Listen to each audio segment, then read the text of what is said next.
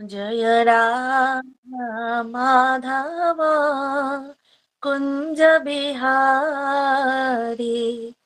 जय गोपी जना वल्लभ जय गिरिवरधारी जय गिरिवरधारी यशोदानन्दन व्रज जनरञ्जन यशोदानन्दन व्रज जनरञ्जन यमुनातीरावन चारि जय राधा माधव कुञ्ज बिहारी हरे कृष्णा कृष्णा कृष्णा हरे हरे हरे रामा हरे रामा राम राम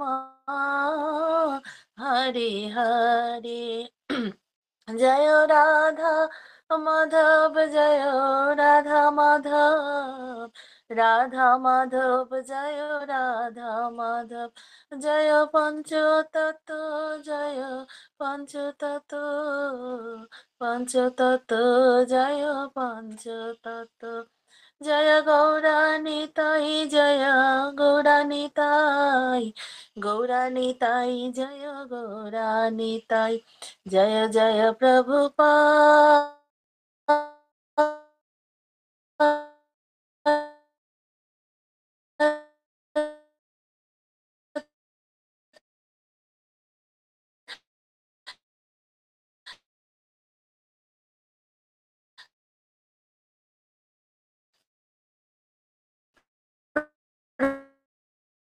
प्रभु जगत गुरु श्रील प्रभुपाद की जय पूज्य पवन गुरु महाराज की जय जय गौर शतन प्रमानंद हरि बोल। ॐ अज्ञानतिमिरान्धस्य ज्ञानाञ्जनाशलाकया चक्षुरुन्मीलितं येन तस्मै श्रीगुरुवे नमः। श्रीचैतन्यमनोभीष्टं स्थापितं येन भूतले स्वयं रूपा कदा मह्यं ददाति स्वपदान्तिकम्।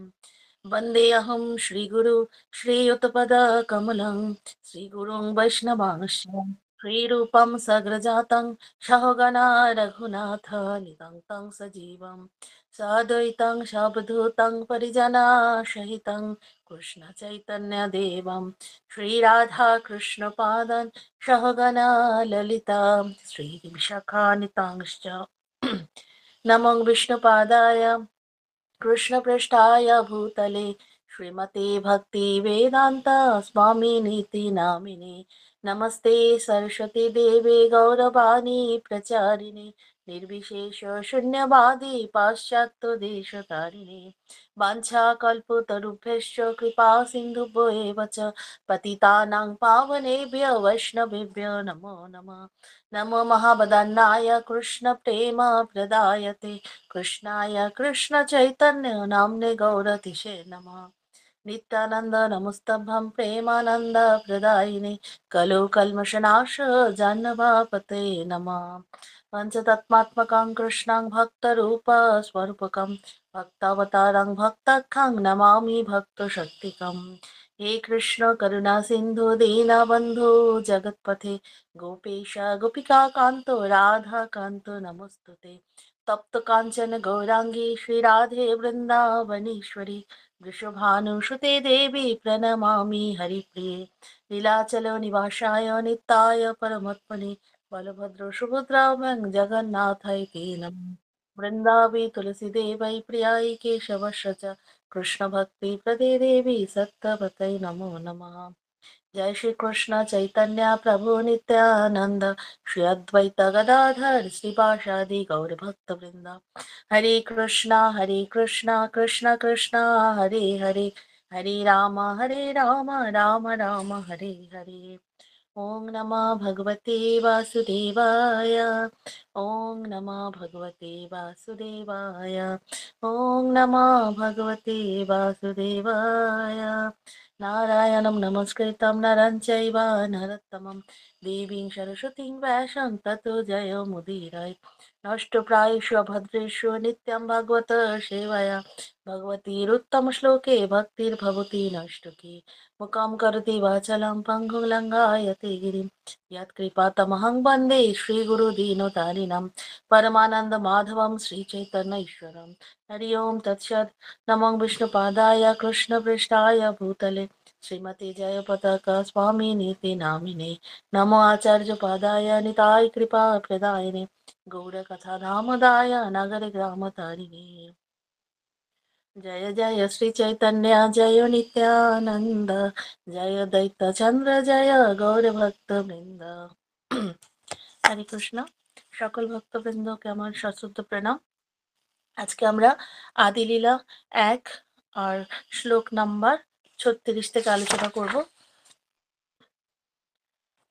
পূর্ববর্তী শ্লোকে কৃষ্ণদাস কবিরাজ গোস্বামী শিক্ষাগুরু দীক্ষাগুরুর বিষয়ে বলেছেন এবং গুরুদেবের কাছে দীক্ষা নিলে তার কি ফল লাভ হয় এবং বিশেষ উপদেশ প্রদান করেছেন যে সদ্গুরু শরণাগত না হলে, সেবা না করলে কখনোই আমরা পারমার্থিক জীবনে অগ্রসর হতে পারবো না। এবার ৩৬ নম্বর শ্লোকে উনি আবার প্রণতি নিবেদন করেছেন যে ওনার যে শিক্ষাগুরু আছেন, যে কিনা আমাদের স্বরগোস্বামীগণ, যারা কিনা আমাদের গৌড়ীয় বৈষ্ণবদের প্রত্যেকেরই শিক্ষাগুরু। তো উনি বলছেন, শ্রীরূপ শ্রী সনাতন ভট্ট রঘুনাথ, শ্রীজীব গোপাল ভট্ট দাস রঘুনাথ, এই ৬ গুরু শিক্ষা গুরু যে আমার, তা সবার পাদ পদ্মে কোটি নমস্কার। শ্লোকার্থ: আমার শিক্ষাগুরু হচ্ছেন শ্রীরূপ গোস্বামী, শ্রী সনাতন গোস্বামী, শ্রী রঘুনাথ ভট্ট গোস্বামী, শ্রীজীব গোস্বামী, শ্রী গোপাল ভট্ট গোস্বামী ও রঘুনাথ দাস গোস্বামী। এখানে ৬ জন গোস্বামীর নাম উল্লেখ করা আছে এবং তিনি বলছেন যে আমার শিক্ষাগুরু, কৃষ্ণদাস কবিরাজ গোস্বামী বলছেন যে এই ৬ গোস্বামী যে তিনি হচ্ছেন আমার, তারা সবাই আমার শিক্ষাগুরু। তো এই ৬ শিক্ষাগুরু যে বলছেন তাদের সবার পাদপদ্মে আমার কোটি কোটি নমস্কার। এই ৬ জন হচ্ছেন আমার শিক্ষাগুরু এবং তাই তাদের সে পাদপদ্মে আমি আমার অনন্ত কোটি প্রণতি নিবেদন করি। তাৎপর্য বলছে প্রভুপাদ, এই ৬ গোস্বামীকে তার শিক্ষাগুরু রূপে স্বীকার করে এই গ্রন্থের প্রণেতা স্পষ্টভাবে বুঝিয়ে দিয়েছেন যে তাদের আনুগত্য ব্যতীত গৌড়ীয় বৈষ্ণব বলে স্বীকৃতি লাভ করা যায় না। তো এই স্বরগোস্বামীর যা অবদান আমাদের গৌড়ীয় বৈষ্ণবদের জীবনে, সেটা বলে আমরা পূর্ণ করতে পারবো না বা বলার আমাদের যোগ্যতা নেই, আমার তো বিশেষভাবে নেই। তো সেই জন্য এই স্বরগোস্বামী স্বয়ং চৈতন্য মহাপ্রভুর নিত্য পার্ষদ রূপে তারা এসেছিলেন এবং তারা শুধুমাত্র ভগবানের যে রাধাকৃষ্ণের লীলা প্রকাশ করার জন্য তারা এসেছিলেন এবং আমাদের মতো বদ্ধজীবকে উদ্ধার করার জন্য, যাতে আমরা এই ভগবানের যে সুন্দর লীলাগুলোকে উপলব্ধি করতে পারি এবং তা ভক্তি করে আমরা যেন এই বদ্ধ জীবন থেকে উদ্ধার পেতে পারি। তো এই স্বরগোস্বামী ৬ গোস্বামী যে আমাদের ভক্তি জীবন এবং গৌড়ীয় বৈষ্ণব জীবনে আমাদের প্রত্যেকের, যারা আমরা গৌড়ীয় ধারায় রয়েছি, তো বলছে তাদের আনুগত্য ব্যতীত গৌড়ীয় বৈষ্ণব বলে নিজেকে স্বীকৃতি লাভ করাই যাবে না। ঠিক আছে? আমরা যে গৌড়ীয় বৈষ্ণব বলছি, নিজেদের বৈষ্ণব বলছি, কিংবা আমরা যে গৌড়ীয় ধারায় আছি, ব্রহ্ম মধ্য রূপানুগ গৌড়ীয় সম্প্রদায়ের সাথে যুক্ত, কিন্তু আমরা যদি স্বরগোস্বামীকে ফলো না করি, স্বরগোস্বামীর যে আচার আচরণ, তাদের যে তারা যে কি দিয়ে গেছেন, ভগবানের যে শ্রেষ্ঠ ধন আমাদেরকে, সেটা যদি আমরা সেটাকে ঠিক মতো ভাবে উপলব্ধি না করি, তাহলে আমরা তাদের অনুগত ব্যতীত তাদেরকে আমরা নিজেদেরকে গৌড়ীয় বৈষ্ণব বলে স্বীকৃতি লাভ করতে পারবো না। তো সেই স্বরগোস্বামীকে নিয়ে খুব সুন্দর ভজন নরোত্তম দাস ঠাকুর লিখেছেন যে এই যে শ্রীরূপ শ্রী সনাতন ভট্ট রঘুনাথ, শ্রীজীব গোপাল ভট্ট দাস রঘুনাথ, বলছেন এই ৬ গোসাইয়ের করি চরণ বন্দন, যাহা হইতে বিঘ্ননাশ অভীষ্ট পূরণ। তার মানে এই ৬ গোসাইকে যদি আমরা সবসময় চরণ বন্দন করি, তাহলে আমাদের যত রকমের বিঘ্ন আছে আমাদের জীবনে, সেগুলো সব আমাদের আমাদের অভীষ্ট পূরণ হয়ে যাবে। তা হইতে বিঘ্ন নাশ হয়ে গিয়ে আমরা যা কিছু আমাদের অভীষ্ট সেগুলো পূরণ হয়ে যাবে। বলছেন এই ৬ গোসাই যার মুই তার দাস, তা সবার পদরেণু মোর পঞ্চগ্রাস। নরোত্তম দাস ঠাকুর বলছেন যে এই ৬ গোসাইর যার মুই তার দাস, আমি আমি হচ্ছে এই ৬ গোস্বামীর দাস এবং তা সবার পদরেণু মোর পঞ্চগ্রাস। ঠিক আছে? তো এই যে চরণ রেণুটা তাদের, যে সেটাই হচ্ছে আমার একমাত্র লক্ষ্য গ্রাস। পঞ্চগ্রাস। তাদের চরণসেবী ভক্তসনে বাস, জনমে জনমে হয় এই অভিলাষ। তার এটা হচ্ছে নরোত্তম দাস ঠাকুরের কতটা আকুল প্রার্থনা, কতটা নিবেদন তার প্রতি, স্বরগোস্বামীদের প্রতি, যে যে তাদের চরণসেবী ভক্তসনে বাস। তার মানে এই ছয় গোস্বামীর চরণ সেবা করে আমি যেন ভক্তসনে বাস করতে পারি, এবং জনমে জনমে আমার এটাই অভিলাষ, এই এক জন্মের জন্য নয়, প্রতি জন্মে জন্ম যেন আমি এই স্বরগোস্বামী চরণ সেবা করে যেন ভক্তসনে বাস করতে পারি। এই ছয় গোসাই যাবে ব্রজে কইলা বাস, রাধাকৃষ্ণ নিত্যলীলা করিলা প্রকাশ। এই ব্রজে গিয়ে এই ছয় গোস্বামী কিন্তু আমাদেরকে রাধাকৃষ্ণের যে নিত্য লীলা যে হয়েছিল সেই সমস্ত লুপ্ত স্থানগুলোকে উদ্ধার করে কিন্তু তা প্রকাশ করলো মহাপ্রভুর আদেশে। তো সেই জন্য এই ছয় গোসাই না থাকলে আমরা কখনোই রাধাকৃষ্ণ নিত্যলীলাগুলো দর্শন করতে পারতাম না, জানতেও পারতাম না কোথায় কি আছে। তো আনন্দে বলহরি ভজ বৃন্দাবন, শ্রীগুরু বৈষ্ণব পদে মজাইয়া মন। তো এই গোস্বামীদের যে অবদান, সেটাই বলছে যে প্রপাত তাৎপর্যে বলছেন যে এখানে এই কৃষ্ণদাস কবিরাজ গোস্বামী স্পষ্টভাবে বুঝিয়ে দিয়েছেন যে তাদের আনুগত্য ব্যতীত কখনোই গৌড়ীয় বৈষ্ণব বলে স্বীকৃতি লাভ করা যায় না। তার 38 নম্বর শ্লোক, ভগবানের ভক্ত যত শ্রীবাস প্রধান, তা সবার পাদ পদ্মে সহস্র প্রণাম। তারপরে বলছেন শ্লোকার্থে, ভগবানের অসংখ্য ভক্ত রয়েছে, হ্যাঁ, তাদের মধ্যে শ্রীবাস ঠাকুর হচ্ছে প্রধান, আমি তাদের সকলের পাদপদ্মে আমার সহস্রী প্রণতি নিবেদন করি। অর্থাৎ ভগবানের যেসব ভক্ত পরিপার্ষদ রয়েছেন তা আমরা জানি পঞ্চতত্ত্বের মধ্যে। তো শ্রীবাস ঠাকুর হচ্ছেন ভক্ত শক্তি রূপে এসেছেন ভগবানের, এবং তিনি হচ্ছেন নারদমুনির অবতার কলিযুগে। তো সেজন্য বলছেন যে আমি যত ভক্ত আছে তাদের মধ্যে শ্রীবাস ঠাকুর বলছেন প্রধান। তো আমি তাদের সকলের পাদপদ্মে সহস্র প্রণতি নিবেদন করছি।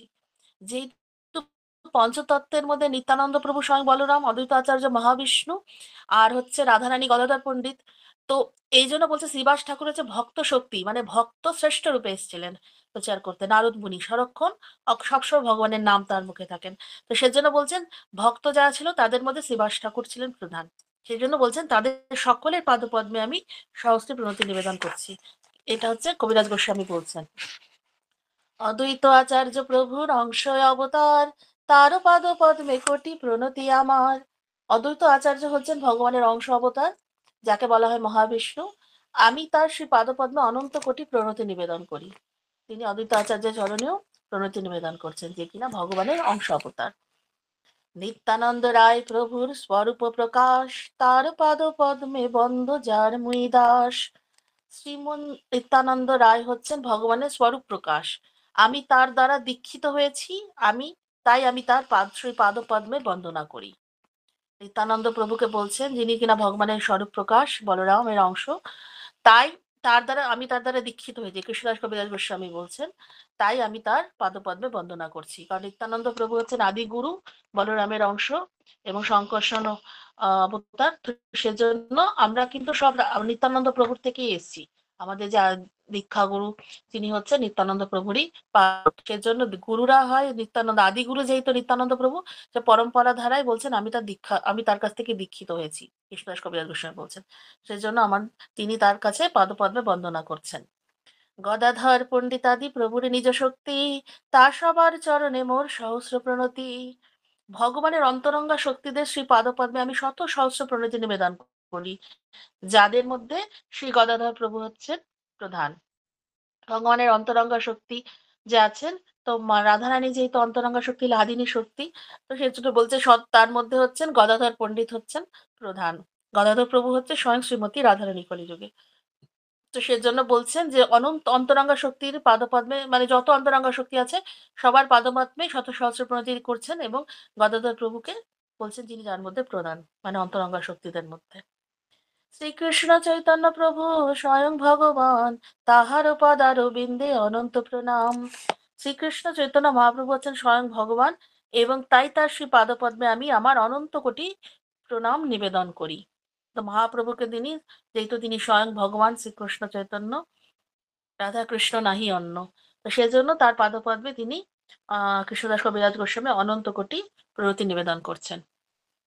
সাবরণে প্রভুরে করিয়া নমস্কার, এই ছয় দেহ জয়ছে করিয়ে বিচার।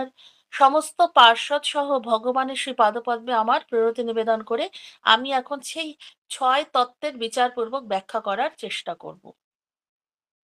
তো সবাইকে সমস্ত পার্শ্বদেরকে ভগবানের শ্রীপাদপদ্মে প্রণতি নিবেদন করলেন কবিরাজ গোস্বামী, এবং যে ৬ তত্ত্বের কথা বলা হয়েছে সেটাকে এখন বিচারপূর্বক ব্যাখ্যা করবেন উনি। তো তাৎপর্যে শিলা প্রভুপাদ বলছেন, ভগবানের বহু শুদ্ধ ভক্ত রয়েছেন যারা হচ্ছেন ভগবানের পার্ষদ। ভক্ত সহ শ্রীকৃষ্ণের আরাধনা করতে হয়।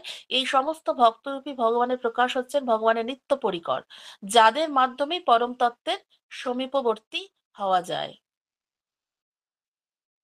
তো ভগবানের বলছেন বহু শুদ্ধ ভক্ত রয়েছেন, যেরকম বলছেন যে ভগবান যে নিত্য চৈতন্য মহাপ্রভু ৬টি অপ্রাকৃত তত্ত্বে নিজেকে প্রকাশ করছেন। তো তার প্রথম প্রকাশ হচ্ছে তার আমাদের যে গুরুদেব, গুরুদেব রূপে তিনি প্রথম প্রকাশ হচ্ছেন চৈতন্য মহাপ্রভু, যেটা নিত্যানন্দ প্রভুর আদি গুরু। তো তিনি দীক্ষাগুরু শিক্ষাগুরু রূপে আবির্ভূত হচ্ছেন, কে? ভগবান। ভগবানের প্রথম প্রকাশ। ঠিক আছে, তারা উভয় অভিন্ন, কারণ তারা হচ্ছে পরম তত্ত্বের প্রকাশ। কৃষ্ণ হচ্ছে পরম তত্ত্ব, চৈতন্য মহাপ্রভু, তার থেকে প্রকাশ হচ্ছে দীক্ষাগুরু এবং শিক্ষাগুরু। আর ভক্ত, ভগবত ভক্তের বর্ণনা করা হয়েছে। ভক্ত হচ্ছে দুই প্রকারের, একজন সাধক ভক্ত আর হচ্ছে ভগবানের পার্ষদ। ঠিক আছে, দু প্রকার ভক্ত। তারপরে আছে ভগবানের অবতার, যাদের সঙ্গে ভগবানের কে অভিন্ন বলে বর্ণনা করা হয়েছে। ভগবানের অবতার আর ভগবান এক অভিন্ন। এবার অবতারদের মধ্যে আবার ৩টি শ্রেণী আছে। সেটা হচ্ছে অংশ অবতার, গুণ অবতার, সপ্তাবেশ অবতার। ঠিক আছে।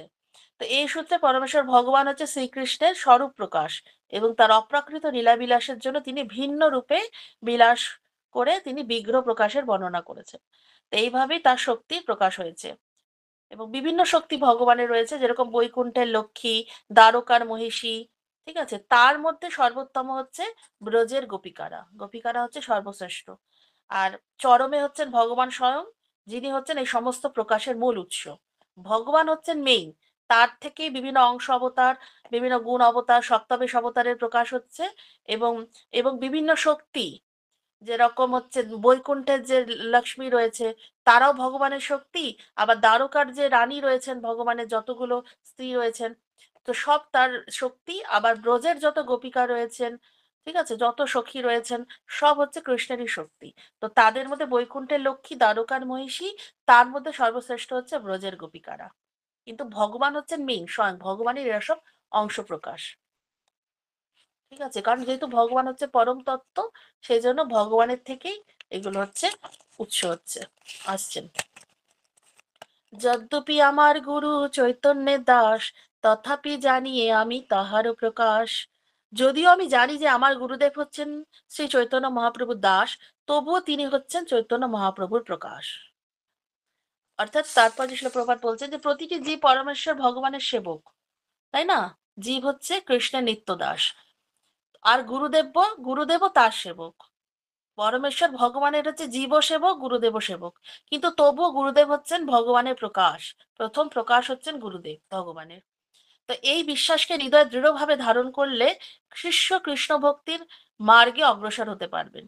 এটাকে অবশ্যই, বিশ্বাসটাকে হৃদয়ে গভীরভাবে দৃঢ়ভাবে নিতে হবে যে গুরুদেব হচ্ছেন ভগবানের প্রথম প্রকাশ।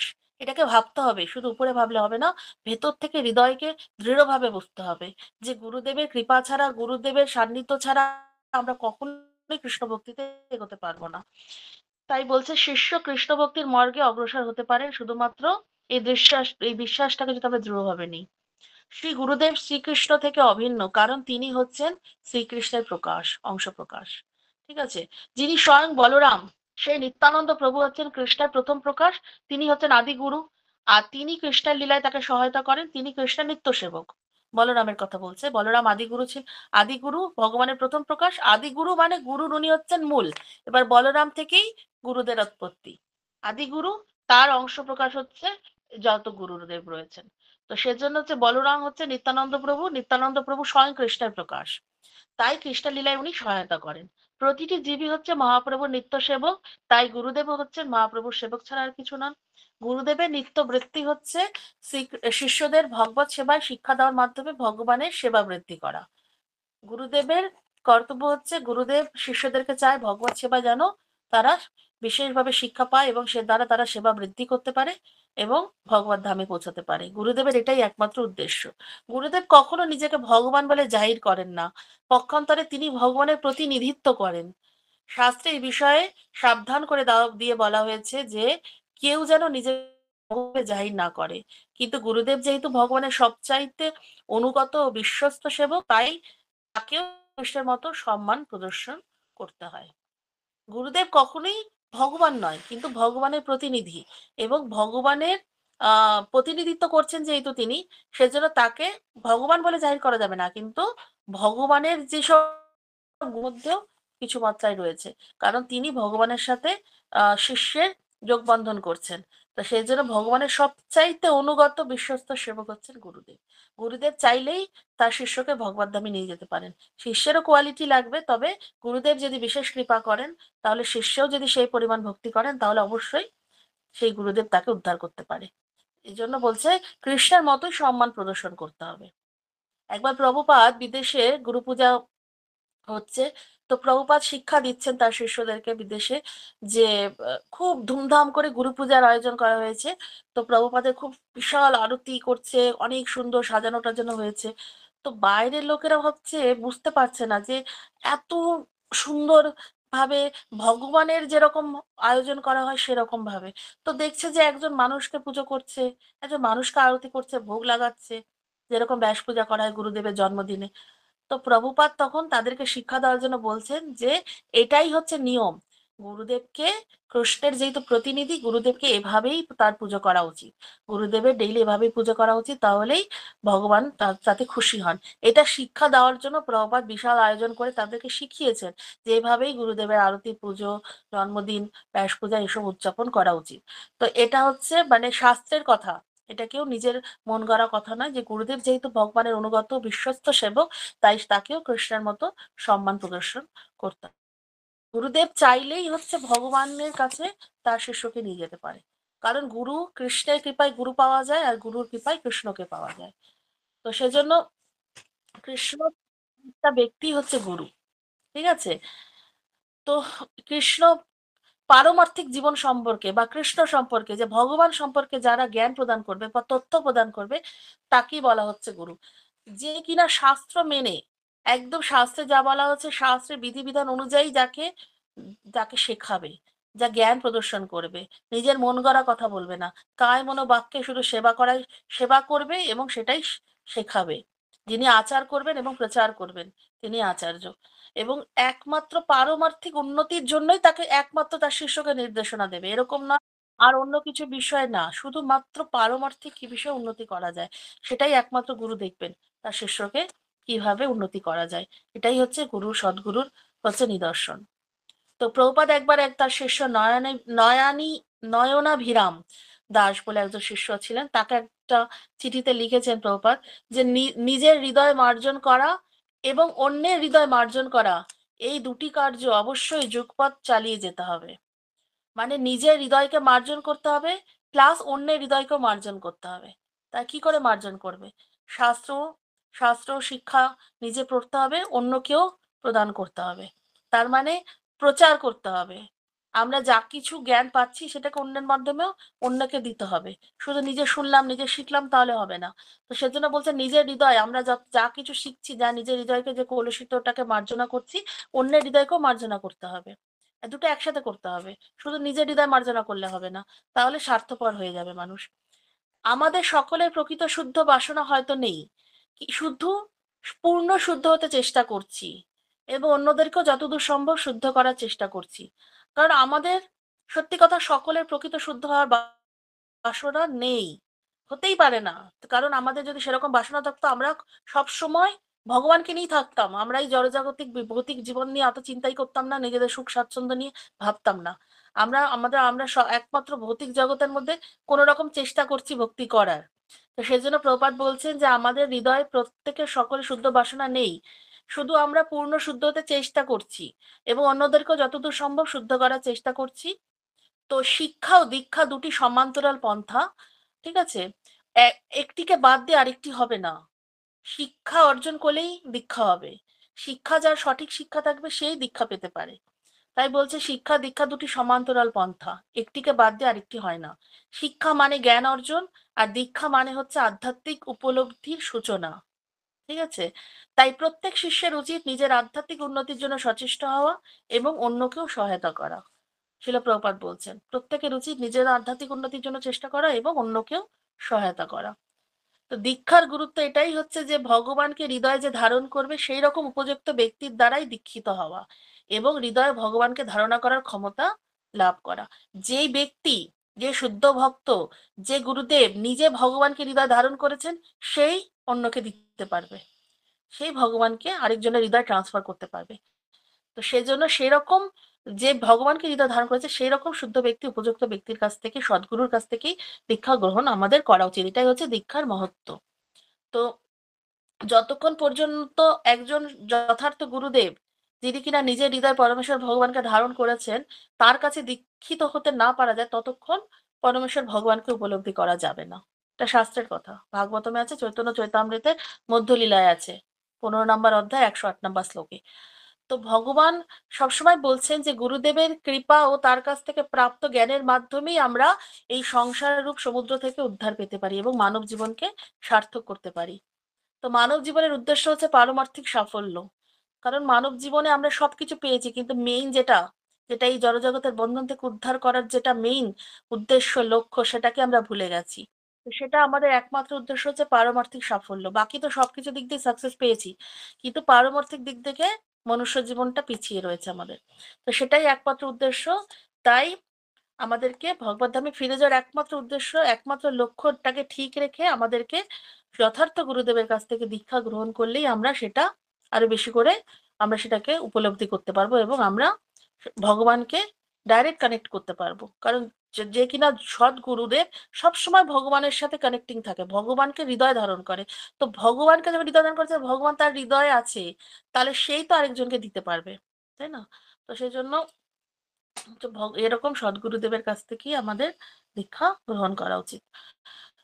তো দীক্ষাগুরু, শিক্ষাগুরু অনেক হতে পারে, দীক্ষাগুরু একজনই হয়, তবে শিক্ষাগুরুও দীক্ষাগুরু হতে পারে। তো সেরকম কিছু উদাহরণ আছে।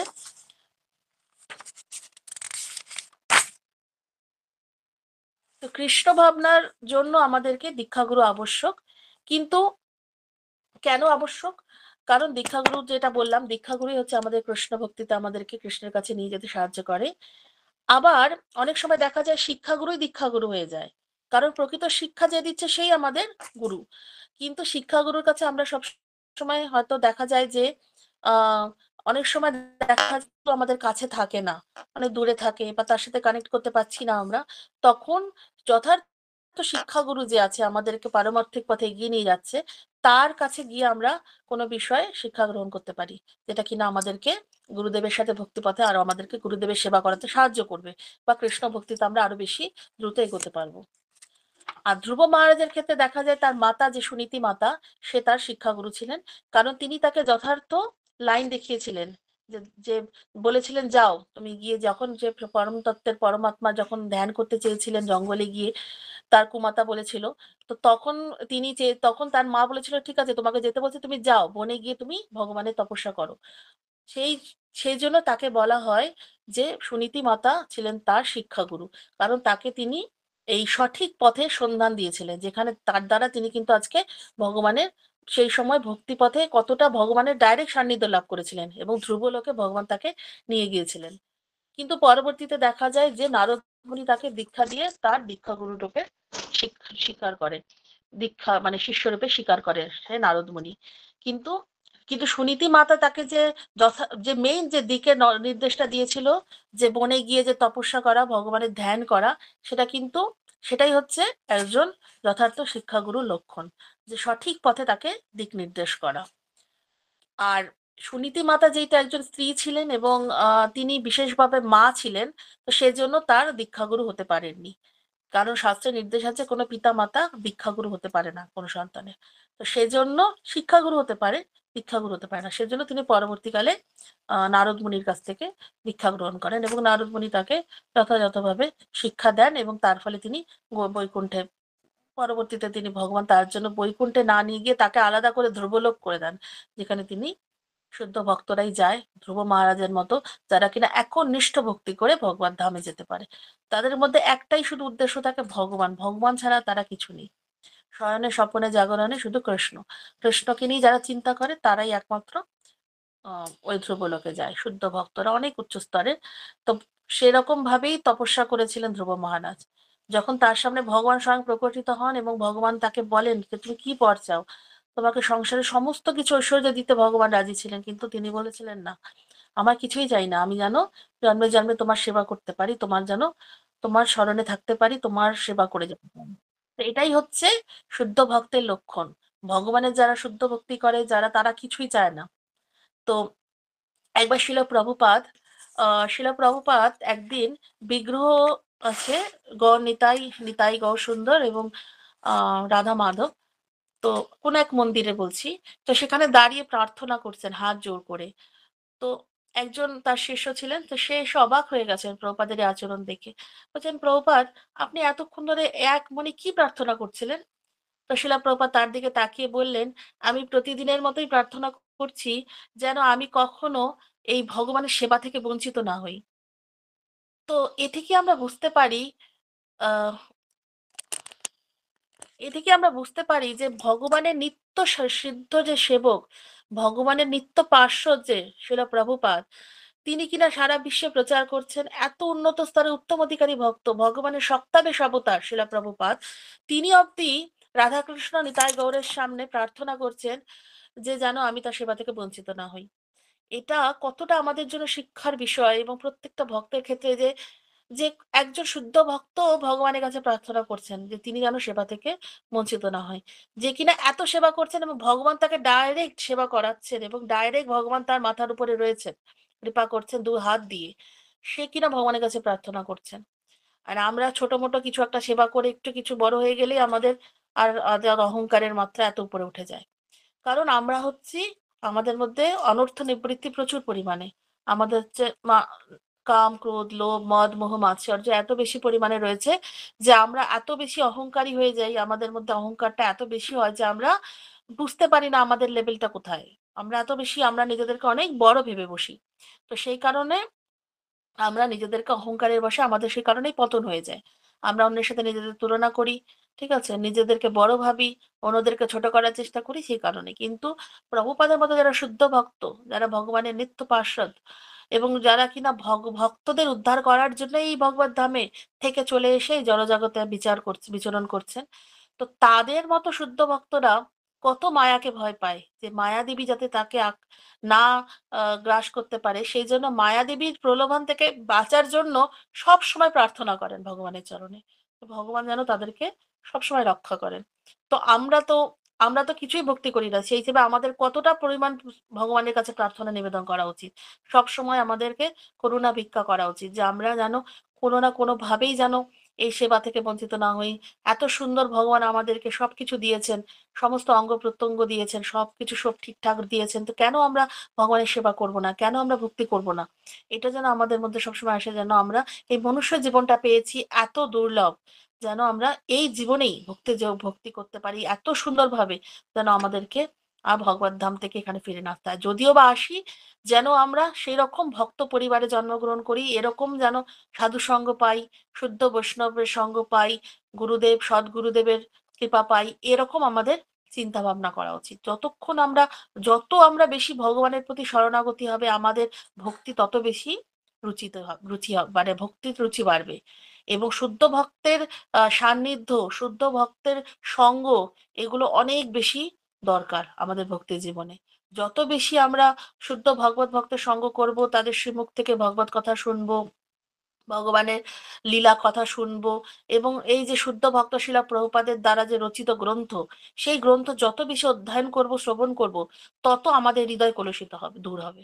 আমাদের এত এত এত এত জন্মের যে এই যে মানে এত এত কলুষতা আমাদের হৃদয়ে যে মরচে পড়ে গেছে, সেটাকে যে কত ঘষে ঘষে ঘষে ঘষে এই যে নিত্যম ভাগবত সেবায় যত আছে ভগবত ভক্তিমূলক সেবা কর্ম, সবগুলো করে করে করে করে সেই ওটাকে মার্জন করতে হবে, পরিষ্কার করতে হবে।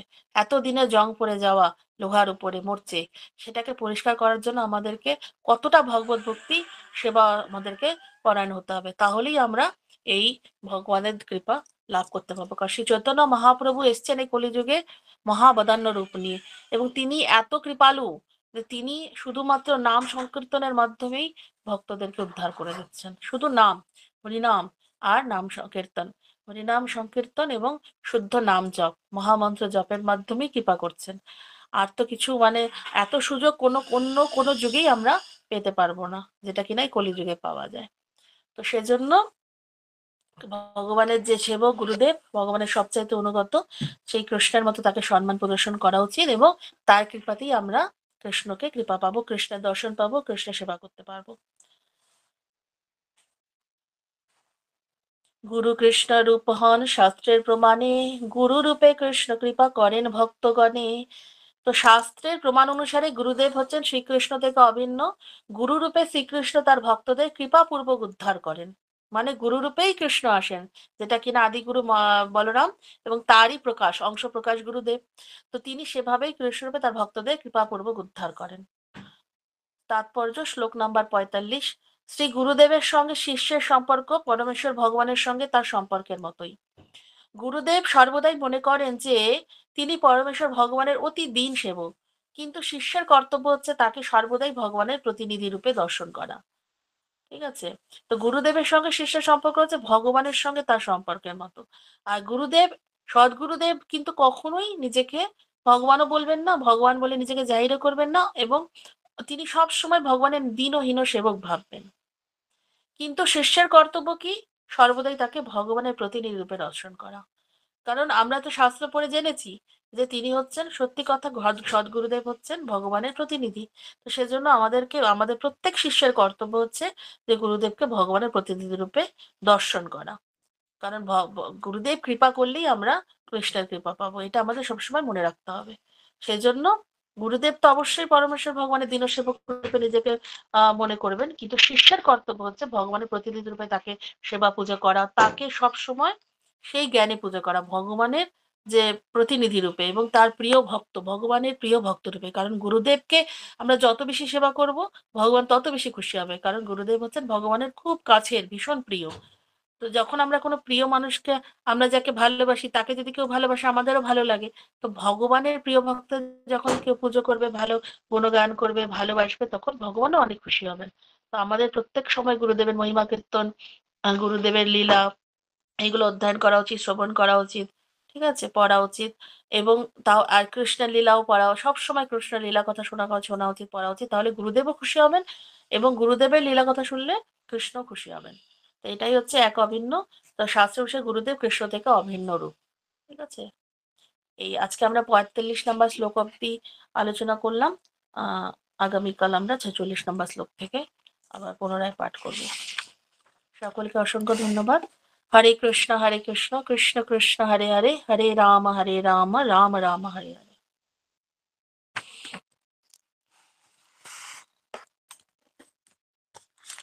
হরি হরি বল।